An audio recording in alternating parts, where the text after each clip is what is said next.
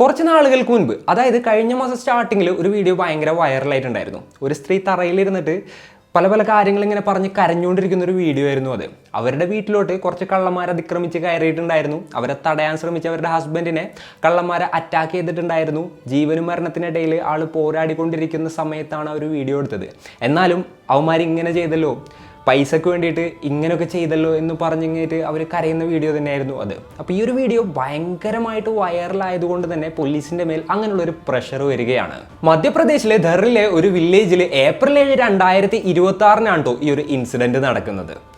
അപ്പോൾ അന്ന് അവിടെ യഥാർത്ഥത്തിൽ എന്താണ് നടന്നത്, പോലീസുകാർ എങ്ങനെയാണ് ഈ ഒരു കേസ് അന്വേഷിച്ചത്, അതേപോലെ തന്നെ 36 മണിക്കൂറിനുള്ളിൽ എങ്ങനെ പോലീസുകാർ ഈ ഒരു കേസ് സോൾവ് ചെയ്തു, ഇത്തരത്തിലുള്ള കാര്യങ്ങളൊക്കെയാണ് ഇന്നത്തെ വീഡിയോയിലൂടെ നമ്മൾ ചർച്ച ചെയ്യാനായിട്ട് പോകുന്നത്. Hello guys, welcome back to the channel.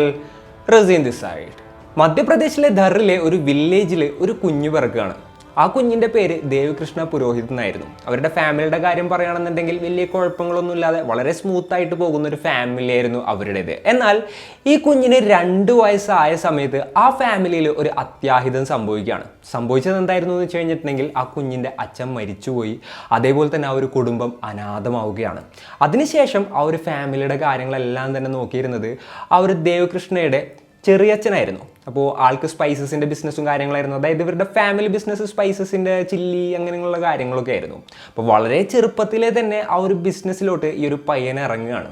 അതായത് തൻ്റെ പ്രായത്തിലുള്ള കുട്ടികൾ കളിക്കുന്ന സമയത്ത് തുടങ്ങിയിട്ട് ചെറിയച്ഛൻ്റെ കൂടെ ഇതേപോലെ തന്നെ ബിസിനസ്സിൻ്റെ കാര്യങ്ങളിൽ ആ ഒരു പയ്യൻ കൂടുതലായിട്ട് ഇടപഴകാനായിട്ട് തുടങ്ങി. അതേപോലെ തന്നെ ബിസിനസ് കാര്യങ്ങൾ കൂടുതലായിട്ട് ശ്രദ്ധിക്കാനായിട്ട് തുടങ്ങി. വളരെ ചെറിയ പ്രായത്തിൽ തന്നെ ആ ഒരു ബിസിനസ്സിലോട്ട് ആ പയ്യൻ പൂർണ്ണമായിട്ടും ഇൻവോൾവ് ആവുകയാണ്. ആ പയ്യൻ്റെ അമ്മയുടെ പേര് കിഞ്ചിബായി എന്നായിരുന്നു. അതുപോലെ തന്നെ ജ്യോതി എന്നായിരുന്നു ആളുടെ സിസ്റ്ററിൻ്റെ പേര്. അവർ രണ്ടുപേരും ആയിരുന്നു കേട്ടോ ഈ ഒരു ദേവകൃഷ്ണയുടെ ലോകം.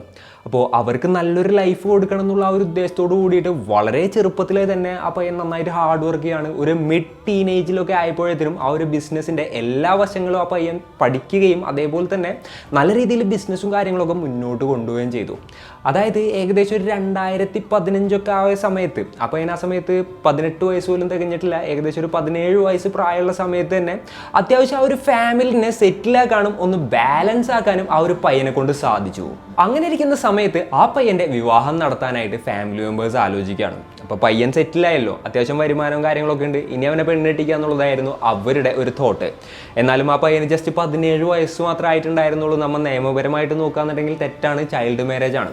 എന്നാലും എന്താ പറയുക, അങ്ങനത്തെ ഒരു വില്ലേജാണ്. അപ്പോൾ അവിടെ സ്വാഭാവികമായിട്ടുള്ളൊരു കാര്യമായിരുന്നു. അങ്ങനെ ഫാമിലി മെമ്പേഴ്സ് വിവാഹാലോചനകളും കാര്യങ്ങളൊക്കെ തുടങ്ങി. അങ്ങനെയാണ് ഇവരുടെ റിലേറ്റീവ്സ് ത്രൂ ഒരു പെൺകുട്ടിയുടെ ആലോചന വരുന്നത്. ആ പെൺകുട്ടിക്ക് ആ സമയത്ത് വെറും 16 വയസ്സ് മാത്രമായിരുന്നു പ്രായം. പ്രിയങ്ക എന്നായിരുന്നു ആ പെൺകുട്ടിയുടെ പേര്. അങ്ങനെ ഇവരുടെ രണ്ടുപേരുടെയും വിവാഹവും കാര്യങ്ങളൊക്കെ കഴിഞ്ഞു. എന്നാൽ വിവാഹത്തിന് ശേഷം ദേവകൃഷ്ണയുടെ വീട്ടിലോട്ട് പ്രിയങ്കയെ കൂട്ടിക്കൊണ്ടു വന്നില്ല. പ്രിയങ്കയുടെ വീട്ടിലായിരുന്നു നിന്നിരുന്നത്. ദേവകൃഷ്ണ ആളുടെ വീട്ടിൽ നിൽക്കുകയായിരുന്നു. അതേപോലെ തന്നെ ആൾ പൂർണ്ണമായിട്ടും ബിസിനസ് കാര്യങ്ങൾ അങ്ങനെയുള്ള ഓട്ടത്തിൽ തന്നെ ആയിരുന്നു. അതിനുശേഷം 6 വർഷങ്ങൾ കടന്നുപോയി. ഈ പയ്യൻ്റെ കാര്യം പറയുകയാണെന്നുണ്ടെങ്കിൽ ആ പയ്യൻ്റെ പ്രായത്തിലുള്ള കുട്ടികൾ ചെയ്യുന്ന യാതൊരു കാര്യങ്ങളും ആൾ ചെയ്യാറുണ്ടായിരുന്നില്ല. അതായത് ഫ്രണ്ട്സിൻ്റെ കൂടെ കറങ്ങാൻ പോവുക, പാർട്ടി, അങ്ങനെയുള്ള ഒരു പരിപാടി ആൾ ചെയ്യാറുണ്ടായിരുന്നില്ല. ഫുൾ ടൈം ബിസിനസ്, ഫാമിലി എന്നുള്ള ആ ഒരൊറ്റ തോട്ടിലൂടെയും അങ്ങനെയുള്ള കാര്യങ്ങളിലൂടെ മാത്രമായിരുന്നു ആ ഒരു പയ്യൻ്റെ ലൈഫ് മുന്നോട്ട് പോയിക്കൊണ്ടിരിക്കുന്നത്. അപ്പോൾ 6 വർഷം കഴിഞ്ഞ ടൈമിൽ 2 ഫാമിലികളും ഇതേപോലെ തന്നെ പെൺകുട്ടിയെ കൂട്ടിക്കൊണ്ടുവരുന്നതിനെ കുറിച്ചുള്ള ചർച്ചകളും കാര്യങ്ങളൊക്കെ നടത്തുകയാണ്. അങ്ങനെയാണ് 2021 പ്രിയങ്കയെ തൻ്റെ വീട്ടിലോട്ട് ദേവകൃഷ്ണ കൂട്ടിക്കൊണ്ടുവരുന്നത്. പിന്നെ ദേവകൃഷ്ണ ഓൾറെഡി ഒരു ഫാമിലി മാൻ ആയതുകൊണ്ട് തന്നെ തൻ്റെ വൈഫിന് വേണ്ടുന്ന എല്ലാ കാര്യങ്ങളും നല്ല രീതിക്ക് തന്നെയായിരുന്നു ആൾ ചെയ്തു കൊടുത്തിരുന്നത്. അപ്പോൾ ആ ഒരു ഫാമിലി നല്ല ഹാപ്പി ആയിട്ട് തന്നെയായിരുന്നു മുന്നോട്ട് പോയിക്കൊണ്ടിരിക്കുന്നത്. അങ്ങനെ ഇരിക്കുന്ന സമയത്താണ് ഏപ്രിൽ 7, 2026 ആ ഒരു ഇൻസിഡൻറ്റ് സംഭവിക്കുന്നത്. സർദാർപൂർ പോലീസ് സ്റ്റേഷനിലോട്ട് പെട്ടെന്ന് തന്നെ ഒരു കോള് വരികയാണ്. ആ ഒരു കോളിൽ പറഞ്ഞിരുന്നത് എന്തായിരുന്നു എന്ന് വെച്ച് കഴിഞ്ഞിട്ടുണ്ടെങ്കിൽ, അവിടെ അടുത്തുള്ള ഒരു വീട്ടിൽ മോഷണം നടന്നിട്ടുണ്ടായിരുന്നുവെന്നും അത് തടയാൻ നോക്കിയ ഓണറിനെ മോഷ്ടാക്കൾ കുത്തിയെന്നും ആൾ ജീവന് വേണ്ടി പോരാടിക്കൊണ്ടിരിക്കുകയായിരുന്നുവെന്നുള്ളൊരു കാര്യമായിരുന്നു ആ കോളിലുണ്ടായിരുന്നത്. പോലീസിനെ വിളിച്ച ഉടനെ തന്നെ അവർ ആംബുലൻസിനെയും വിളിച്ചിട്ടുണ്ടായിരുന്നു. ഉടനെ തന്നെ ആംബുലൻസ് എത്തുകയാണ്. മരണത്തിനും ജീവിതത്തിനും ഇടയിലുള്ള ആ ഒരു സിറ്റുവേഷനിലായിരുന്നു ഈ ഒരു ദേവകൃഷ്ണൻ ഉണ്ടായിരുന്നത്. ആളെ നേരെ ഹോസ്പിറ്റലിലോട്ട് എത്തിക്കാനുള്ള പരിപാടികൾ ചെയ്യുകയും ചെയ്തു. എന്നാൽ ഹോസ്പിറ്റലിൽ എത്തുന്നതിന് മുൻപ് ആ ഒരു ആംബുലൻസിൽ വെച്ച് തന്നെ ആൾ മരണപ്പെടുകയായിരുന്നു. അപ്പോൾ ആ ഒരു സമയത്ത് ആളുടെ വൈഫായിട്ടുള്ള പ്രിയങ്ക ഇതേപോലെ തന്നെ നിലത്തിരുന്നിങ്ങായിട്ട് കരഞ്ഞുകൊണ്ട് പറയുന്ന ആ ഒരു വീഡിയോ ആണ് പിൻകാലത്ത് നോക്കുകയാണെന്നുണ്ടെങ്കിൽ ഭയങ്കരമായിട്ട് വൈറലായത്. അപ്പോഴതിന് പോലീസുകാരും ഫോറൻസിക് ടീമും ഡോഗ് സ്ക്വാഡും എല്ലാവരും കൂടെയും ആ ഒരു വീട്ടിലോട്ട് എത്തുകയായിരുന്നു. അവരവിടെ എത്തി ഇൻവെസ്റ്റിഗേഷനും കാര്യങ്ങളും സ്റ്റാർട്ട് ചെയ്തു. അവർ ആ ഒരു ഫാമിലിയുടെ കണ്ടീഷൻ നോക്കുമ്പോൾ വൈഫ് ഒരു ഭാഗത്ത് ഇരുന്ന് കരയുന്നുണ്ട്, ആളുടെ സിസ്റ്റർ ഒരു ഭാഗത്തിരുന്ന് കരയുന്നുണ്ട്, അമ്മ ഒരു ഭാഗത്തിരുന്ന് കരയുന്നുണ്ട്. അവർക്ക് ആർക്കും തന്നെ സംസാരിക്കാൻ പറ്റുന്ന ഒരു കണ്ടീഷനിലൊന്നും ആയിരുന്നില്ല. എന്നാലും പോലീസുകാർക്ക് അവരുടെ പണി ചെയ്യണമല്ലോ. അവർ പ്രിയങ്കയുടെ അടുത്ത് എന്താണ് സംഭവിച്ചതെന്നുള്ളത് ചോദിക്കുകയാണ്. അപ്പോൾ അവർ പറഞ്ഞു, ഞങ്ങൾ നല്ല ഉറക്കമായിരുന്നു, അങ്ങനെ ഉറങ്ങിക്കൊണ്ടിരിക്കുന്നതിൻ്റെ ഇടയിൽ 2-3 പേര് ഞങ്ങളുടെ വീട്ടിലോട്ട് കയറി വന്നു. അതിനുശേഷം അവർ ഇങ്ങനെ മോഷ്ടിക്കുന്നതിൻ്റെ ഇടയിൽ തൻ്റെ ഹസ്ബൻഡ് അവരെ തടയാനായിട്ട് ശ്രമിച്ചു. അപ്പോൾ കുറച്ച് സ്ട്രഗിൾസും കാര്യങ്ങളൊക്കെ ഉണ്ടായി. അതിനിടയിൽ ഒരാൾ ഒരു ആയുധം എടുത്തിങ്ങേര് തൻ്റെ ഹസ്ബൻഡിനെ കുത്തി പരിക്കേൽപ്പിക്കുകയായിരുന്നു. അതിനുശേഷം അവർ മോഷ്ടിച്ചു, പിന്നെ അവിടെ നിന്ന് കടന്നു കളയുകയും ചെയ്തു. അങ്ങനെ പോലീസുകാർ ക്രൈമും കാര്യങ്ങളും നടന്ന റൂമൊക്കെ പരിശോധിക്കുകയാണ്. അപ്പോൾ റൂം ഫുൾ അലങ്കോലപ്പെട്ട് കിടക്കുകയായിരുന്നു. അതേപോലെ തന്നെ പ്രിയങ്കയുടെ അടുത്ത് എന്തൊക്കെയാണ് മോഷണം പോയതെന്ന് ചോദിച്ചു. ഏകദേശം ഒരു 3.5 ലക്ഷം രൂപയുടെ ഗോൾഡും അതേപോലെ തന്നെ 50,000 രൂപയോളം പൈസയും മോഷണം പോയിട്ടുണ്ട് എന്നുള്ള കാര്യം അവർ പോലീസിൻ്റെ അടുത്ത് പറയുകയാണ്. പോലീസുകാർ ഇതൊക്കെ നോക്കുമ്പോഴും എന്തൊക്കെയോ ഒന്നും അലൈൻ ചെയ്ത് പോവാത്ത രീതിയിലുള്ളൊരു തോട്ടായിരുന്നു അവർക്ക് വന്നത്. എന്തൊക്കെയോ മിസ്സിങ് ഉണ്ട് എന്നുള്ളത് അവർക്ക് ഒറ്റ നോട്ടത്തിൽ ആ ഒരു റൂമിൽ കയറി കാര്യങ്ങളൊക്കെ നോക്കിയപ്പോൾ തന്നെ മനസ്സിലാവുകയാണ്. അതായത് രാത്രിയിൽ അവർ ഉറങ്ങുന്ന സമയത്താണല്ലോ ഈ ഒരു ഇൻസിഡൻറ്റ് നടന്നത്.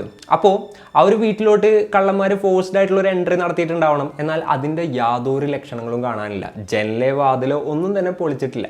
അപ്പോൾ ഇവർ അബദ്ധത്തിൽ ഡോറൊക്കെ തുറന്നിട്ട് കിടന്നുറങ്ങിയിട്ടുണ്ടാവുമെന്ന് വിശ്വസിക്കാനും പോലീസിനെ കൊണ്ട് സാധിച്ചില്ല. അതുപോലെ തന്നെ ഒരു ക്രൈം നടന്ന റൂമാകപ്പാട് അലങ്കോലപ്പെട്ട് കിടക്കുന്നുണ്ടെങ്കിലും എന്തോ ശരിയല്ല.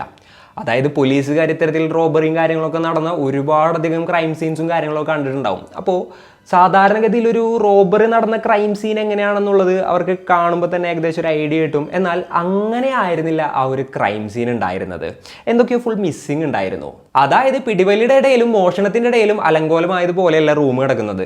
ആരോ ആ ഒരു റൂം അലങ്കോലമാക്കാൻ വേണ്ടി പർപ്പസ്ഫുള്ളി കുറേ സാധനങ്ങൾ എടുത്ത് അവിടെ ഇടുക, കുറേ സാധനങ്ങൾ എടുത്ത് അവിടെ ഇടുക, അങ്ങനെ അലങ്കോലമാക്കിയതുപോലെയാണ് പോലീസിന് ആ ഒരു റൂം കണ്ടപ്പോൾ തോന്നിയത്. അങ്ങനെ ഇരിക്കുന്ന സമയത്താണ് ഓട്ടോപ്സി റിപ്പോർട്ടൊക്കെ വരുന്നത്. അതിൽ നിന്നും പോലീസിന് ഞെട്ടിക്കുന്ന ഒരു കാര്യം മനസ്സിലാക്കാനായിട്ട് സാധിച്ചു. അതായത് ഇയാളുടെ തലയിലാണ് കുത്തേറ്റിട്ടുള്ളത്. ഏകദേശം 12 ഇഞ്ചോളം വലുപ്പം വരുന്ന കൂർത്ത എന്തോ ഒരു ആയുധം യൂസ് ചെയ്തിട്ടാണ് അയാളെ കുത്തി കൊലപ്പെടുത്തിയിട്ടുണ്ടായത്. അതേപോലെ തന്നെ ആളുടെ ശരീരത്തിൽ വേറെ പാടുകളൊന്നും തന്നെ ഇല്ല. അതായത് സ്ട്രഗിൾ നടന്നതിൻ്റെ യാതൊരു ലക്ഷണവും ഇല്ല. ആളുടെ ബോഡി ഫുള്ള് പരിശോധിച്ചിട്ടും ആളുടെ മേലുള്ള ഒരേ ഒരു പരിക്ക് എന്താണെന്ന് വെച്ച് കഴിഞ്ഞിട്ടുണ്ടെങ്കിൽ ആ ഒരു ആയുധം കയറി ഇറങ്ങിയതാണ്. അതായത് ഒരു 3 പേര് വന്നു, ഇതേപോലെ തന്നെ ഇയാളുമായിട്ട് അടിപിടി കൂടി, അതിനുശേഷം ഒരാളൊരു ആയുധം എടുത്ത് ഇങ്ങനെ കുത്തി. അങ്ങനെ വരുമ്പോൾ ഇയാളുടെ മേത്ത് ഡിഫെൻസീവ് വൂൺസ് ഒക്കെ ഉണ്ടാവേണ്ടതാണ്, ചതഞ്ഞ പാടുകൾ, കീറലുകൾ അതൊക്കെ ഉണ്ടാവേണ്ടതാണ്. എന്നാൽ ഈ പറഞ്ഞ പോലെ തന്നെ ആളുടെ മേത്ത് വേറെ യാതൊരു പാടുമില്ല, ജസ്റ്റ് ആ ഒരു കുത്തേറ്റ പാട് മാത്രമേ ഉള്ളൂ. അപ്പോൾ പോലീസിനൊരു കാര്യം മനസ്സിലായി, ഇയാൾ അറിയാതെയാണ് ഈ ഒരു അറ്റാക്ക് നടന്നിട്ടുള്ളത്. അതായത് ഒന്നില്ലാന്നുണ്ടെങ്കിൽ വളരെ സർപ്രൈസ്ഡ് ആയിട്ട് ഇയാൾ ഉറങ്ങിക്കിടക്കുന്ന സമയത്ത്, അല്ലാന്നുണ്ടെങ്കിൽ ഇയാൾ നോക്കാത്ത സമയത്ത് ബാക്കിൽ നിന്നായിരിക്കാം, അല്ലാന്നുണ്ടെങ്കിൽ പെട്ടെന്ന് ഇയാളെ പിടികൂടിയിട്ട് പെട്ടെന്നൊരു അറ്റാക്ക് നടത്തിയതായിരിക്കാം. അല്ലാതെ ഇയാൾ സ്ട്രഗിൾ ചെയ്തിട്ടില്ല എന്നുള്ളത് 100% പോലീസിന് ഉറപ്പാവുകയാണ്. അങ്ങനെ പോലീസുകാർ ആ ഒരു വീട് കംപ്ലീറ്റ് ആയിട്ട് അരിച്ചു വറുകയാണ്. അപ്പോഴാണ് ഒരു റൂമിൽ ഒളിപ്പിച്ചു വെച്ചിട്ടുള്ള നിലയിൽ ഒരു തുണിയിൽ പൊതിഞ്ഞിട്ട് കുറച്ച് സാധനങ്ങൾ അവർക്ക് കിട്ടുന്നത്. അത് തുറന്നു നോക്കിയപ്പോൾ ഏകദേശം 3.5 ലക്ഷം രൂപ വില വരുന്ന ആഭരണങ്ങളും അതിലുണ്ടായിരുന്നു. അതേപോലെ തന്നെ 50,000 രൂപയും അതിലുണ്ടായിരുന്നു. യെസ്, കള്ളന്മാർ ആ ഒരു വീട്ടിൽ നിന്ന് മോഷ്ടിച്ചുകൊണ്ട് പോയി എന്ന് പറയുന്ന ആ ഒരു തൊണ്ടി മുതലാണ് പോലീസിന് അവിടെ നിന്ന് കണ്ടെത്താനായിട്ട് സാധിച്ചത്. ഒരിക്കലും കള്ളന്മാർ അങ്ങനെ ചെയ്യില്ലല്ലോ. അതായത് കള്ളന്മാരൊരു വീട്ടിൽ കയറി മോഷ്ടിച്ചിട്ട് മോഷ്ടിച്ച സാധനം ആ വീട്ടിൽ വെച്ച് തന്നെ പോകില്ലല്ലോ. അത് വളരെ ബേസിക് ആയിട്ടുള്ളൊരു സാധനമല്ലേ. അങ്ങനെ പോലീസിന് പൂർണ്ണമായിട്ടും വീട്ടുകാരുടെ മേൽ സംശയം തോന്നുകയാണ്. അങ്ങനെ വീണ്ടും പ്രിയങ്കയുടെ അടുത്ത് ഈ ഒരു കാര്യം ചോദിക്കുകയാണ്. എത്ര രൂപയാണ് ഈ വീട്ടിൽ നിന്ന് പോയത്, എത്ര ഗോൾഡാണ് പോയതെന്ന് ചോദിച്ചു. അപ്പോൾ പ്രിയങ്ക പറഞ്ഞു ഏകദേശം ഒരു 3.5 ലക്ഷം രൂപയുടെ ഗോൾഡ് പോയിട്ടുണ്ട്, അതേപോലെ തന്നെ ഒരു 50,000 രൂപ ക്യാഷും പോയിട്ടുണ്ടെന്ന് പറഞ്ഞു. അപ്പോൾ പോലീസുകാരൻ ഐസായിട്ട് പ്രിയങ്കയുടെ അടുത്ത് പറഞ്ഞു, ഇതൊന്നും എവിടെയും പോയിട്ടില്ല, ഈ വീട്ടിൽ നിന്ന് തുണി പൊതിഞ്ഞ രീതിയിൽ ഞങ്ങൾക്ക് ഇത് കിട്ടിയെന്ന് പറഞ്ഞു. അപ്പോൾ പ്രിയങ്കയുടെ മുഖത്ത് ചെറിയ എക്സ്പ്രഷൻ ചേഞ്ചസും കാര്യങ്ങളൊക്കെ ഉണ്ടാവുകയാണ്. അത് കറക്റ്റായിട്ട് പോലീസുകാർ നോട്ട് ചെയ്തു. അപ്പോൾ പ്രിയങ്കക്കും അതേപോലെ തന്നെ ഈ ഒരു ക്രൈമിനും തമ്മിൽ എന്തൊക്കെയോ ബന്ധമുണ്ട് എന്നുള്ളത് പോലീസിന് തീർച്ചയാവുകയാണ്. അതുപോലെ തന്നെ പലതവണ ഈ ഒരു പ്രിയങ്കയെ ക്വസ്റ്റ്യൻ ചെയ്തപ്പോഴും അവരുടെ സ്റ്റേറ്റ്മെൻറ്റ്സിൽ കുറച്ച് വ്യത്യാസങ്ങളൊക്കെ ഉണ്ടായിരുന്നു. അതായത് ആദ്യം തന്നെ ഒരു വീട്ടിൽ 2-3 ആൾക്കാർ കയറിയിട്ട് തൻ്റെ ഹസ്ബൻഡിനെ അറ്റാക്ക് ചെയ്തു എന്നാണ് പറഞ്ഞത്. പിന്നെ ഒരു 3-4 പേരുണ്ടായിരുന്നിട്ടുണ്ടാവും എന്ന് പറഞ്ഞു. പിന്നെ ഒരു 2 പേരുണ്ടായിരുന്നു എന്ന് പറഞ്ഞു. അതായത് എത്ര പേര് കയറി എന്നുള്ളതിന് വരെ കൃത്യമായിട്ടുള്ളൊരു ഉത്തരം ഈ ഒരു സ്ത്രീയെ കൊണ്ട് പറയാനായിട്ട് സാധിക്കുന്നുണ്ടായിരുന്നില്ല. അപ്പോൾ തൻ്റെ വീട്ടിലോട്ട് കുറച്ച് ആൾക്കാർ കയറി തൻ്റെ ഹസ്ബൻഡിനെ അറ്റാക്ക് ചെയ്യുന്ന ആ ഒരു സമയത്ത് അറ്റ്ലീസ്റ്റ് എത്ര പേരാണ് കയറിയത് എന്നുള്ളത് അവർക്ക് നോട്ട് ചെയ്യാനായിട്ട് സാധിച്ചിട്ടുണ്ടാവുമല്ലോ. ഓക്കെ, കുറച്ച് വീട്ടിലോട്ട് ആളുകൾ കയറുന്ന സമയത്ത് നമ്മൾ ആകെപ്പാടെ പാനിക്കാവും, പെട്ടെന്ന് ഇങ്ങനെ അറ്റാക്കൊക്കെ നടക്കുന്ന സമയത്ത് നമ്മളെ കിളിയൊക്കെ ആകൂടെ പോകുന്നുള്ളതൊരു യാഥാർത്ഥ്യമായിട്ടുള്ള കാര്യം തന്നെയാണ്. എന്നാലും അറ്റ്ലീസ്റ്റ് എത്ര ആൾക്കാർ കയറി എന്നുള്ളത് മനസ്സിലാക്കാനുള്ള ഒരു ബോധം ഉണ്ടാവാനുള്ള ഒരു സാധ്യത വളരെ കൂടുതലാണ്. സോ പോലീസിന് അതിലൊക്കെ കൂടെ നോക്കുമ്പോൾ സംശയങ്ങളുടെ ആ ഒരു ഭാരം കൂടി വരിക അല്ലാതെ കുറഞ്ഞില്ല. അടുത്തതായിട്ട് പോലീസുകാർ ചോദിച്ചത് ആളുടെ ഫോൺ എവിടെയെന്നുള്ളതാണ്. അതായത് ഈ ഒരു ദേവകൃഷ്ണയുടെ ഫോൺ എവിടെയെന്നുള്ളതാണ്. അപ്പോൾ ഇവർ പറഞ്ഞത് ആളുടെ ഫോൺ കള്ളന്മാർ കൊണ്ടുപോയി എന്നുള്ളതായിരുന്നു. അപ്പോൾ അടുത്തതായിട്ട് പോലീസുകാർ എന്താ ചെയ്തതെന്ന് വെച്ച് കഴിഞ്ഞിട്ടുണ്ടെങ്കിൽ ആ വീട്ടിലുള്ള എല്ലാവരുടെയും ഫോൺ ഡീറ്റെയിൽസും കാര്യങ്ങളും പരിശോധിക്കുക എന്നുള്ളതായിരുന്നു. അതിനുവേണ്ടി അവർ സൈബർ ടീമിനെ കോൺടാക്ട് ചെയ്തു. അവരുടെ വീട്ടിലുള്ള എല്ലാവരുടെയും ഫോൺ ഡീറ്റെയിൽസും മറ്റും എല്ലാം എടുക്കുകയായിരുന്നു. ദേവകൃഷ്ണയുടെ ഫോൺ ഡീറ്റെയിൽസും കാര്യങ്ങളൊക്കെ പരിശോധിച്ചപ്പോൾ ആള് ഫാമിലി മെമ്പേഴ്സിനെ വിളിച്ചിട്ടുണ്ട്, പിന്നെ കുറച്ച് ഫ്രണ്ട്സ് ഉള്ള ആൾക്ക് ഇടയ്ക്കൊക്കെ അവരെയും വിളിച്ചിട്ടുണ്ട്. അതുപോലെ തന്നെ കൂടുതലായിട്ട് ആളുടെ ഫോണിൽ നിന്ന് വന്നേക്കുന്നതും ബിസിനസ് കോൾസ് ആണ്. അതേപോലെ തന്നെ ദേവകൃഷ്ണയുടെ സിസ്റ്ററിനെയും അമ്മയുടെയും ഫോൺ ഡീറ്റെയിൽസ് പരിശോധിച്ചപ്പോൾ സസ്പീഷ്യസ് ആയിട്ടുള്ള ഒരു കോൾസും അവരുടെ ഫോണിലോട്ട് വന്നിട്ടുമില്ല, അതിൽ നിന്ന് പോയിട്ടുമില്ല. അങ്ങനെ പ്രിയങ്കയുടെ ഫോൺ പോലീസുകാർ പരിശോധിക്കുകയാണ്. അപ്പോഴാണ് ഒരു നമ്പറിലോട്ട് സ്ഥിരമായിട്ട് അവർ കോൺടാക്ട് ചെയ്യാറുള്ളതായിട്ട് പോലീസിന് മനസ്സിലാക്കാനായിട്ട് സാധിക്കുന്നത്. അപ്പോൾ അതാരാണെന്നുള്ളതായി പോലീസിന്റെ അടുത്ത അന്വേഷണം. രാജ്ഗറിലുള്ള കമലേഷ് എന്ന് പറയുന്ന ഒരു വ്യക്തിയുടേതായിരുന്നു ആ ഫോൺ നമ്പർ. അങ്ങനെ ആളെക്കുറിച്ച് കൂടുതലായിട്ട് പോലീസുകാർ അന്വേഷിക്കുകയാണ്. അതേപോലെ തന്നെ ആളും പ്രിയങ്കയും തമ്മിൽ വേറെ എന്തെങ്കിലും തരത്തിലുള്ള ബന്ധമുണ്ടോ എന്നുള്ളതും പോലീസുകാർ അന്വേഷിക്കാനായിട്ട് തുടങ്ങി. അപ്പോൾ ഇവർ തമ്മിൽ എന്തോ ഒരു അഫയർ ഉള്ളതായിട്ട് പോലീസിന് മനസ്സിലാക്കാനായിട്ട് സാധിച്ചു. അതായത് ഇവർ രണ്ടുപേരെയും പല സ്ഥലത്തും പല സമയത്തും ഒരുമിച്ച് കണ്ടതായിട്ട് പല ആളുകളും പോലീസിൻ്റെ അടുത്ത് പറയുകയാണ്. അപ്പോൾ അതിനുശേഷം പോലീസുകാർ എന്താ ചെയ്തതെന്ന് വെച്ച് കഴിഞ്ഞിട്ടുണ്ടെങ്കിൽ ഇവരുടെ വാട്സപ്പ് ഡീറ്റെയിൽസും കാര്യങ്ങളൊക്കെ എടുക്കുകയാണ്. അതേപോലെ തന്നെ മെസ്സേജുകൾ കാര്യങ്ങളൊക്കെ റിക്കവർ ചെയ്തെടുക്കുകയായിരുന്നു. ആ മെസ്സേജും കാര്യങ്ങളൊക്കെ കണ്ടപ്പോൾ പോലീസിന് ഇതെന്തൊക്കെയാണ് നടന്നത് എന്നുള്ളതിനെ കുറിച്ചിട്ട് ഏകദേശം ഒരു ധാരണ ലഭിക്കുകയായിരുന്നു. കഴിഞ്ഞ മാർച്ച് 31 കമലേഷിൻ്റെ അടുത്ത് പ്രിയങ്ക ചോദിച്ചൊരു കാര്യം എന്തായിരുന്നു എന്ന് വെച്ച് കഴിഞ്ഞിട്ടുണ്ടെങ്കിൽ ഡീല് സെറ്റായോ എന്നുള്ളതാണ്. അപ്പോൾ ആൾ പറഞ്ഞു ഡീൽ സെറ്റായിട്ടുണ്ട്, 1 ലക്ഷം രൂപയാണ് പറഞ്ഞത്, 50,000 നമ്മൾ അഡ്വാൻസ് കൊടുക്കണം, പണി കഴിഞ്ഞതിന് ശേഷം ബാക്കി 50,000 രൂപ കൂടെ കൊടുക്കണം എന്ന് പറഞ്ഞു. അപ്പോൾ ഏപ്രിൽ 4-ാം തീയതി നമുക്ക് കാര്യങ്ങളൊക്കെ പ്ലാൻ ചെയ്തത് പ്രകാരം നടത്താമെന്നുള്ളതായിരുന്നു അടുത്തൊരു മെസ്സേജ്. എന്നാൽ ഏപ്രിൽ 4-ന് അടുത്ത മെസ്സേജ് വരികയാണ്, ഇന്നെന്തായാലും പരിപാടി നടക്കൂല, ആൾ വരൂല. പക്ഷേ പ്ലാൻ മാറിയിട്ടില്ല, ഡേറ്റ് മാത്രമേ മാറിയിട്ടുള്ളൂ. ഒന്നില്ലാന്നുണ്ടെങ്കിൽ 6-ാം തീയതി, അല്ലാന്നുണ്ടെങ്കിൽ 7-ാം തീയതി. ആ ഡേറ്റിൽ നമ്മൾ പക്കയായിട്ട് ഒരു പരിപാടി നടത്തും എന്നുള്ളതായിരുന്നു ആ ഒരു മെസ്സേജ്. അപ്പോൾ ഈ കോൺവെർസേഷൻസും കാര്യങ്ങളൊക്കെ നടത്തിയിരുന്നത് ജസ്റ്റ് കമലേഷും അതേപോലെ തന്നെ പ്രിയങ്കയും തമ്മിലായിരുന്നില്ല. ഇതിൻ്റെ ഇടയിൽ വേറൊരാളെ കൂടെ ഇവർ രണ്ടുപേരും കോൺടാക്ട് ചെയ്തിട്ടുണ്ടായിരുന്നു. സുരേന്ദർ എന്നായിരുന്നു ആളുടെ പേര്. ഈ ഒരു കൃത്യം നടക്കുന്ന സമയത്ത് ആളുടെ ഫോണിൻ്റെ ആ ഒരു ലൊക്കേഷനും ഇവരുടെ വീടിൻ്റെ അടുത്ത് തന്നെ ആയിരുന്നെന്നും പോലീസുകാർ മനസ്സിലാക്കുകയാണ്. അപ്പോൾ ഈ ഒരു സുരേന്ദറിൻ്റെ ബാക്ക്ഗ്രൗണ്ടും കാര്യങ്ങളൊക്കെ ചെക്ക് ചെയ്ത സമയത്ത് ആൾക്ക് ഓൾറെഡി ക്രിമിനൽ ബാക്ക്ഗ്രൗണ്ട് ഉള്ളതാണെന്ന് പോലീസുകാർക്ക് മനസ്സിലാക്കാനായിട്ട് സാധിച്ചു. അപ്പോൾ ഈ ഒരു കൃത്യം നടത്തുന്നതിന് വേണ്ടിയിട്ട് ഇവർ രണ്ടുപേരും കൊട്ടേഷൻ കൊടുത്ത വ്യക്തിയാണ് ഈ ഒരു സുരേന്ദർ എന്നുള്ളത് ഒറ്റ നോട്ടത്തിൽ തന്നെ പോലീസിന് മനസ്സിലായി. അങ്ങനെ ഇതെല്ലാം മനസ്സിലാക്കിയ ശേഷം പോലീസുകാർ വീണ്ടും പ്രിയങ്കയെ ക്വസ്റ്റ്യൻ ചെയ്യായിരുന്നു.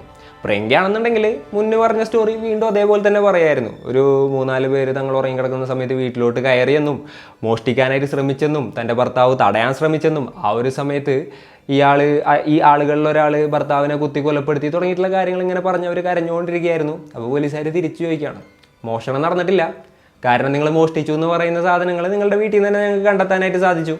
പിന്നെ വേറൊരു കാര്യം എന്താണെന്ന് വെച്ച് കഴിഞ്ഞിട്ടുണ്ടെങ്കിൽ ഫോഴ്സ്ഡ് ആയിട്ടുള്ള എൻട്രി ഒന്നും അവർ വീട്ടിൽ നടന്നിട്ടില്ല. അതായത് ജനലോ വാതിലോ ഒന്നും പൊളിച്ചിട്ടില്ല, വീടിൻ്റെ അകത്ത് നിന്ന് ആരോ ഡോറ് തുറന്നു കൊടുത്തതാണെന്നുള്ളത് ഞങ്ങൾക്ക് തീർച്ചയായിട്ടുള്ളൊരു കാര്യമാണ്. അപ്പോൾ അവർ വീണ്ടും ഒന്ന് പതറാണ്. അതിനുശേഷം പോലീസുകാർ വേറൊരു കാര്യം കൂടെ പ്രിയങ്കയുടെ അടുത്ത് പറയാണ്, നിൻ്റെ വാട്സപ്പ് ചാറ്റും കാര്യങ്ങളൊക്കെ ഞങ്ങൾക്ക് കിട്ടിയിട്ടുണ്ട്, അപ്പോൾ എന്താണ് നടന്നതെന്നുള്ളത് ഞങ്ങൾക്ക് ഏകദേശം അറിയാം. അതേപോലെ തന്നെ നിന്റെ പാർട്ട്ണറായിട്ടുള്ള കമലേഷിനെ ഞങ്ങൾ അറസ്റ്റ് ചെയ്തിട്ടുണ്ട്. അയാളെ ക്വസ്റ്റ്യൻ ചെയ്തപ്പോൾ ആൾ കാര്യങ്ങളെല്ലാം തന്നെ സമ്മതിച്ചിട്ടുണ്ട്. ഇനിയിപ്പോൾ നിന്റെ വായിന്ന് എന്താണ് നടന്നതെന്നുള്ളത് അറിഞ്ഞാൽ മതി എന്നുള്ള കാര്യം ആ ഒരു സ്ത്രീയുടെ അടുത്ത് പറയുകയാണ്.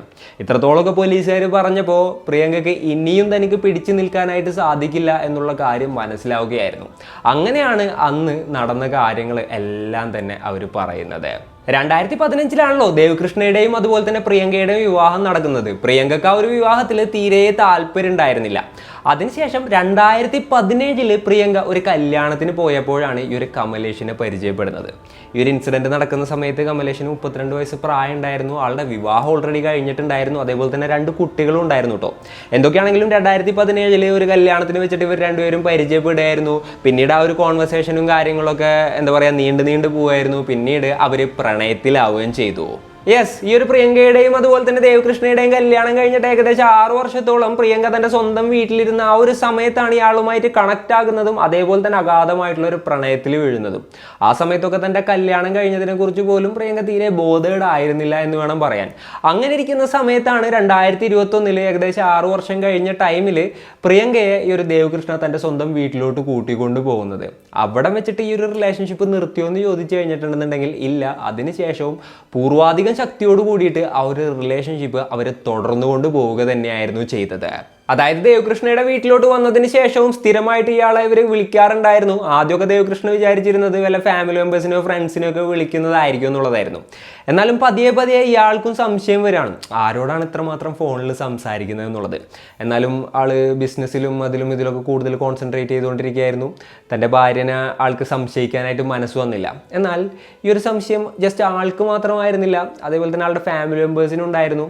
മെയിൻലി ആളുടെ സിസ്റ്ററായിട്ടുള്ള ജ്യോതിക്ക് ഭയങ്കര സംശയം ഉണ്ടായിരുന്നു. അതായത് തൻ്റെ ചേട്ടൻ്റെ വൈഫ് ആരോടാണ് ഇത്രത്തോളം കുഞ്ചിക്കൊഴിഞ്ഞ് ഇത്രയും മണിക്കൂറുകളോളം സംസാരിക്കുന്നത് എന്നുള്ളൊരു ഡൗട്ട് അവർക്ക് ഉണ്ടായിരുന്നു. അങ്ങനെ അവരറിയാതെ ഒരു ദിവസം ഇവരുടെ ഫോൺ എടുത്ത് നോക്കുകയാണ്. അപ്പോൾ വാട്സപ്പിൽ ഈ ഒരു കമലേഷും അതേപോലെ തന്നെ പ്രിയങ്കയും തമ്മിലുള്ള ചാറ്റും കാര്യങ്ങളും ഇവർ കാണുകയാണ്. അപ്പോൾ ഇവർ രണ്ടുപേരും തമ്മിലൊരു റിലേഷൻഷിപ്പിലാണ് എന്നുള്ളത് ജ്യോതി മനസ്സിലാക്കുകയാണ്. ജസ്റ്റ് ജ്യോതിക്ക് മാത്രമല്ല കേട്ടോ, നാട്ടുകാർക്കും ഇതിനെക്കുറിച്ച് ഇങ്ങനെ ഒരു ധാരണ ഉണ്ടായിരുന്നു. അതായത് പല സമയത്തും പല സ്ഥലങ്ങളിൽ വെച്ചും ഇവർ രണ്ടുപേരെയും നാട്ടുകാരിൽ പലരും ഒരുമിച്ച് കണ്ടിട്ടുണ്ടായിരുന്നു. അങ്ങനെ പതിയെ പ്രിയങ്കയുടെ വീട്ടിലും ഈ ഒരു ബന്ധത്തിനെ കുറിച്ച് അറിയാണ്. പ്രിയങ്കയുടെ വീട്ടുകാർ ഓൾറെഡി നിന്റെ കല്യാണം കഴിഞ്ഞാണ്, ഈ ബന്ധവും കാര്യങ്ങളൊക്കെ നിർത്തിക്കോ, ഇനി കമലേഷുമായിട്ട് യാതൊരു കോൺടാക്റ്റ് ഉണ്ടാവാൻ പാടില്ല തുടങ്ങിയിട്ടുള്ള കാര്യങ്ങളെല്ലാം തന്നെ പറഞ്ഞു. എന്നാൽ അതൊന്നും കേൾക്കാൻ പറ്റുന്നൊരു മാനസികാവസ്ഥയിലായിരുന്നില്ല ആ ഒരു സ്ത്രീ ഉണ്ടായിരുന്നത്. ആ സ്ത്രീക്ക് കമലേഷിനെ ആയിരുന്നു ഇഷ്ടം. ഇപ്പോൾ കമലേഷിൻ്റെ കല്യാണം കഴിഞ്ഞ് ഓൾറെഡി കുട്ടികളുള്ള ഒരാളാണ് കേട്ടോ. എന്നിട്ടും പ്രിയങ്ക ചിന്തിച്ചത് എന്തായിരുന്നു എന്ന് വെച്ച് കഴിഞ്ഞിട്ടുണ്ടെങ്കിൽ തൻ്റെ ഹസ്ബൻഡായിട്ടുള്ള ദേവകൃഷ്ണ തങ്ങൾക്കിടയിൽ നിൽക്കുന്നത് കൊണ്ടാണ് തങ്ങൾക്ക് ഒരുമിച്ചൊരു ജീവിതം സാധ്യമാകാത്തതെന്നുള്ള തരത്തിലായിരുന്നു. അപ്പോൾ നമ്മൾ ഓൾറെഡി ഒരുപാട് കേസുകളിൽ പറഞ്ഞതുപോലെ തന്നെ അങ്ങനെയുള്ളൊരു സിറ്റുവേഷനിൽ എല്ലാവരും ഇത്തരത്തിലുള്ള ക്രൈം ചെയ്യുന്നവർ കാണിക്കുന്ന അതേ മണ്ടത്തരം തന്നെയാണ് ഈ ഒരു പ്രിയങ്കയും കാണിച്ചത്. അവരൊരു ഡിവോഴ്സിന് അപ്ലൈ ചെയ്യുക അല്ലാന്നുണ്ടെന്നുണ്ടെങ്കിൽ എന്താ പറയുക, വിവാഹബന്ധം വേർപ്പെടുത്താനുള്ള ബാക്കിയുള്ള കാര്യങ്ങൾ നടത്തൊന്നും ചെയ്തില്ല. അവർ ഡയറക്റ്റായിട്ട് ഇയാളെങ്ങനെ ഇല്ലാതാക്കാന്നുള്ളതിനെ കുറിച്ചിട്ട് ചിന്തിക്കുകയായിരുന്നു ചെയ്തത്. യെസ്, ഇയാളെ കൊലപ്പെടുത്തി കഴിഞ്ഞിട്ടുണ്ടെന്നുണ്ടെങ്കിൽ തനിക്ക് സുഖമായിട്ട് ജീവിക്കാം എന്നുള്ളൊരു തോട്ടിലോട്ടായിരുന്നു അവരെത്തിയത്. അതിനെക്കുറിച്ചും കഴിഞ്ഞിട്ട് അവർ കമലേഷുമായിട്ട് ഡിസ്കസ് ചെയ്യാണ്. കമലേഷ് അതിന് ഓക്കെ പറയുകയും ചെയ്തു. അങ്ങനെയാണ് ഇയാളെ ഇല്ലാതാക്കാം എന്നുള്ളൊരു പ്ലാനിലോട്ട് അവർ പൂർണ്ണമായിട്ട് എത്തുന്നത്. അപ്പോൾ ഇവർ രണ്ടുപേരും തമ്മിൽ സംസാരിച്ചപ്പോൾ നമുക്ക് രണ്ടുപേർക്കും എന്തായാലും ഈ ഒരു കാര്യം ചെയ്യാൻ പറ്റില്ല, പുറത്തുനിന്ന് ഒരാളുടെ ഹെൽപ്പ് വേണം എന്നുള്ളത് അവർ രണ്ടുപേരും കൺക്ലൂഡ് ചെയ്യാണ്. അങ്ങനെ പുറത്തുനിന്ന് ഒരാളെ കുറിച്ച് ഇങ്ങനെ അന്വേഷിച്ചു വന്നപ്പോഴാണ് മറ്റാളുടെ കോൺടാക്റ്റ് കിട്ടുന്നത്. അത് വേറെ ആരും ആയിരുന്നില്ല, ഞാൻ നേരത്തെ പറഞ്ഞ സുരേന്ദ്ര ആയിരുന്നു. ആൾ ഓൾറെഡി ക്രിമിനൽ ബാക്ക്ഗ്രൗണ്ടും കാര്യങ്ങളൊക്കെ ഉള്ള ഒരാളാണ്. ഇതേപോലെ തന്നെ വാടകയ്ക്ക് പല പരിപാടികളും ചെയ്യുന്ന ഒരാളാണ്. അങ്ങനെ അയാളുമായിട്ട് സംസാരിക്കുകയാണ്. 1 ലക്ഷം രൂപയ്ക്ക് ഒരു ഡീല് പറഞ്ഞുറപ്പിച്ചു. 50,000 രൂപ ആൾക്ക് അഡ്വാൻസും കൊടുത്തു. ഏപ്രിൽ 4-ാം തീയതി ഒരു കൃത്യം നടത്താനായിട്ട് അവർ പ്ലാൻ ചെയ്തു. എന്നാൽ അന്നത്തെ ദിവസം ആൾക്ക് വരാനായിട്ട് പറ്റിയില്ല. അതുകൊണ്ട് ആ ഒരു പ്ലാൻ അന്നത്തെ ദിവസം ഡ്രോപ്പ് ചെയ്യാണ്. എന്താണെങ്കിലും നമ്മൾ 6-ാം തീയതി അല്ലെങ്കിൽ 7-ാം തീയതി ഒരു പരിപാടി നടത്തും എന്നുള്ളത് അവർ എന്താ പറയുക കൺഫേം ആക്കുകയാണ്. അങ്ങനെയാണ് ആ ഒരു കൃത്യം നടന്ന അന്ന് രാത്രി ഇയാൾ ആ ഒരു വീട്ടിലോട്ട് എത്തുന്നത്. അന്നത്തെ ദിവസം എല്ലാവരും ഉറങ്ങിയതിന് ശേഷം പ്രിയങ്ക നൈസായിട്ട് പോയിട്ട് വീടിൻ്റെ ഡോറൊക്കെ തുറന്നിട്ടിട്ടുണ്ടായിരുന്നു. അപ്പോൾ സുരേന്ദർ തീരെ സൗണ്ട് ഉണ്ടാക്കാതെ ഡോറ് തുറന്ന് അകത്ത് കയറിയിട്ട് ആൾക്ക് ഓൾറെഡി ബെഡ്റൂം കാര്യങ്ങളൊക്കെ എവിടെയൊക്കെയാണെന്നുള്ളത് കൃത്യമായിട്ട് പറഞ്ഞു കൊടുത്തിട്ടുണ്ടായിരുന്നു. കറക്റ്റായിട്ട് ആൾ ഒരു ബെഡ്റൂമിലോട്ട് കയറുമായിരുന്നു. അവിടെ കിടന്നുറങ്ങിയിരുന്ന ആ ഒരു എന്താ പറയുക ദേവകൃഷ്ണയെ ആളുടെ കയ്യിലുണ്ടായിരുന്ന ആയുധം ഉപയോഗിച്ചിട്ട് കുത്തിയിട്ട് ആളവിടെ നിന്ന് എസ്കേപ്പ് ആവുമായിരുന്നു. അതിന് മുൻപ് ആൾ ചെയ്തൊരു കാര്യം എന്തായിരുന്നു എന്ന് വെച്ച് കഴിഞ്ഞിട്ടുണ്ടെന്നുണ്ടെങ്കിൽ ഈ ഒരു പ്രിയങ്കയുടെ കൈയൊക്കെ ടൈറ്റായിട്ട് ഒരു കയർ വെച്ചിട്ട് കെട്ടി. എന്നിട്ട് പ്രിയങ്കയുടെ അടുത്ത് പറഞ്ഞു, ഇപ്പം നീ ഒച്ച വെക്കരുത്, ഞാൻ ഇവിടെ നിന്ന് പോയിട്ട് ഏകദേശം ഒരു 15 മിനിറ്റിന് ശേഷം നീ ഒച്ച വെച്ചു, അപ്പോഴത്തേന് ഞാൻ ഇവിടെ നിന്ന് എസ്കേപ്പ് ആയിട്ടുണ്ടാവും. അതിനുശേഷം നമ്മൾ ഓൾറെഡി പ്ലാൻ ചെയ്ത ആ ഒരു ഡ്രാമ നടത്തിയാൽ മതി എന്ന് പറഞ്ഞു. അതിൻ്റെ ഇടയിൽ മോഷണാന്ന് വരുത്തി തീർക്കുന്നതിന് വേണ്ടിയിട്ട് ഈ ഒരു പ്രിയങ്ക ആ ഒരു വീട് മുഴുവൻ അലങ്കോലാക്കിയിട്ടുണ്ടായിരുന്നു. അതേപോലെ തന്നെ ആ ഒരു ഗോൾഡും സാധനങ്ങളൊക്കെ എടുത്തും കയറ്റി ഒളിപ്പിച്ച് ആ ഒരു വീട്ടിൽ തന്നെ വെച്ചിട്ടുണ്ടായിരുന്നു. അപ്പോൾ പോലീസുകാർ മണ്ടന്മാരാണെന്ന് വിചാരിച്ചിട്ടാണോ അല്ലാന്നുണ്ടെങ്കിൽ അവരിത് തെളിയിക്കില്ല എന്ന് വിചാരിച്ചിട്ടാണോ എന്നൊന്നും അറിയില്ല. എന്നാലും അങ്ങനെയുള്ള മണ്ടത്തരങ്ങളൊക്കെ ആയിരുന്നു പ്രിയങ്ക ഇത്തരത്തിലുള്ളൊരു കൊലപാതകം നടത്തിയിട്ടും കാണിച്ചു വെച്ചിട്ടുണ്ടായത്. അങ്ങനെ ഒരു സുരേന്ദർ പോയി ഒരു 10-15 മിനിറ്റ് കഴിഞ്ഞപ്പോൾ പ്രിയങ്ക ഡ്രാമ സ്റ്റാർട്ട് ചെയ്യാണ്. അവർ ഒച്ചത്തിൽ കരയാനായിട്ട് തുടങ്ങി. വീട്ടുകാരെല്ലാവരും എഴുന്നേറ്റും കയറ്റി അങ്ങോട്ട് ഓടിയെത്താണ്. അവർ ഈ ഒരു കാഴ്ച കണ്ട് ആകെപ്പാടെ തകർന്നു പോയി. അപ്പോൾ അവരും എന്താ പറയുക ഇത് കണ്ടിങ്ങേറ്റ് ആകെ ഷോക്കായി ഒച്ചെടുക്കുകയാണ്. ഈ ഒരു സൗണ്ട് എല്ലാം കൂടെ കേട്ടിങ്ങേറ്റ് നൈബേഴ്സ് എല്ലാവരും ഓടിക്കൂടാണ്. അതിനുശേഷമാണ് നൈബേഴ്സിൽ ചിലർ ഇതേപോലെ തന്നെ പോലീസിനെ വിവരം അറിയിക്കുന്നതും അതേപോലെ തന്നെ ആംബുലൻസിന് വിവരം അറിയിക്കുന്നതും അയാളുടെ ജീവൻ രക്ഷിക്കാനായിട്ട് ശ്രമിക്കുന്നതും എന്നാൽ ഹോസ്പിറ്റലിലോട്ട് പോകുന്ന വഴി അയാൾ മരണപ്പെടുന്നതും. അപ്പോൾ അതിനിടയിൽ നമ്മുടെ പ്രിയങ്കയുടെ ഓസ്കാർ ലെവൽ ആക്ടിങ് ഉണ്ടായിരുന്നു. അവർ തറയിലിരുന്നിട്ട് എൻ്റെ ഹസ്ബൻഡിനെ ഇതേപോലെ തന്നെ 2-3 പേര് വീട്ടിൽ വന്ന് കയറിയിട്ട് കുത്തി ഇനിയിപ്പോൾ എനിക്ക് ആരുണ്ടെന്നൊക്കെ പറഞ്ഞായിരുന്നു ലോളിക്കുന്ന ആ ഒരു വീഡിയോ ആണ് പിന്നീട് വൈറലായതും അതേപോലെ തന്നെ അതിൻ്റെ പേരിൽ പോലീസിന് ഭയങ്കര പ്രഷർ ഉണ്ടായതും പിന്നീട് പോലീസുകാർ വളരെ പെട്ടെന്ന് തന്നെ അതായത് 36 മണിക്കൂറിനുള്ളിൽ തന്നെ ആ ഒരു സ്ത്രീ തന്നെയാണ് ഇതിൻ്റെ പിന്നിലുണ്ടെന്നുള്ളത് കണ്ടെത്തുകയും ചെയ്തത്. അങ്ങനെ പോലീസുകാർ ഈ ഒരു കേസിൽ കമലേഷിനെയും പ്രിയങ്കയെയും അറസ്റ്റ് ചെയ്യുകയാണ്. എന്നാൽ സുരേന്ദ്രനെ എത്ര അന്വേഷിച്ചിട്ടും പോലീസിന് ഇതുവരെ കണ്ടെത്താനായിട്ട് സാധിച്ചിട്ടില്ല. കറക്റ്റായിട്ട് ആ ഒരു സമയത്ത് ആൾ മുങ്ങിയിട്ടുണ്ടായിരുന്നു. ഇപ്പോഴും സുരേന്ദ്രൻ ഒളിവിലാണെന്നും പോലീസുകാർ ആൾക്ക് വേണ്ടിയിട്ടുള്ള തിരച്ചിൽ നടത്തിക്കൊണ്ടിരിക്കുകയാണെന്നുള്ളതുമാണ് നമുക്ക് റിപ്പോർട്ടുകളിൽ നിന്ന് മനസ്സിലാക്കാനായിട്ട് സാധിച്ചിട്ടുള്ള ഒരു കാര്യം. അപ്പോൾ ഈ ഒരു കേസിൽ ദേവകൃഷ്ണയുടെ അമ്മ പറഞ്ഞത് എന്തായിരുന്നു എന്ന് വെച്ച് കഴിഞ്ഞിട്ടുണ്ടെന്നുണ്ടെങ്കിൽ അവർക്ക് എന്താണെന്നുണ്ടെങ്കിലും തൂക്കുകയർ തന്നെ കൊടുക്കണം എന്നുള്ളതായിരുന്നു. ഇനിയിപ്പോൾ അവർക്ക് ശിക്ഷ ഒന്നും കൊടുക്കാതെ അവരെങ്ങാനും പുറത്തിറങ്ങി കഴിഞ്ഞിട്ടുണ്ടെങ്കിൽ അവരെ കൊന്ന് ഞാൻ ജയിലിൽ പോകുന്നുള്ള തരത്തിലായിരുന്നു ദേവകൃഷ്ണയുടെ അമ്മ പറഞ്ഞത്. അതേപോലെ തന്നെ ആളുടെ സഹോദരിയായിട്ടുള്ള ജ്യോതി പറഞ്ഞതിനനുസരിച്ചിട്ട് നോക്കുകയെന്നുണ്ടെന്നുണ്ടെങ്കിൽ ഓൾറെഡി ആ ഒരു സ്ത്രീയെ വീട്ടിലോട്ട് കൂട്ടിക്കൊണ്ടു വന്നതിന് ശേഷം ഭയങ്കര അലമ്പായിരുന്നു. അപ്പോൾ തുടങ്ങിയിട്ട് ഫുൾ അലമ്പായിരുന്നു. അതായത് ദേവകൃഷ്ണയെ കാണാനായിട്ട് കൊള്ളൂല, കറുത്തിട്ടാണ്, എനിക്ക് ഈ ഒരു കല്യാണത്തിന് തീരെ താല്പര്യം ഉണ്ടായിരുന്നില്ല, അങ്ങനെ ഇങ്ങനെയൊക്കെ പറഞ്ഞ് സ്ഥിരമായിട്ട് ആളെ ഹ്യൂമിലിയേറ്റ് ചെയ്യാറുണ്ടായിരുന്നു.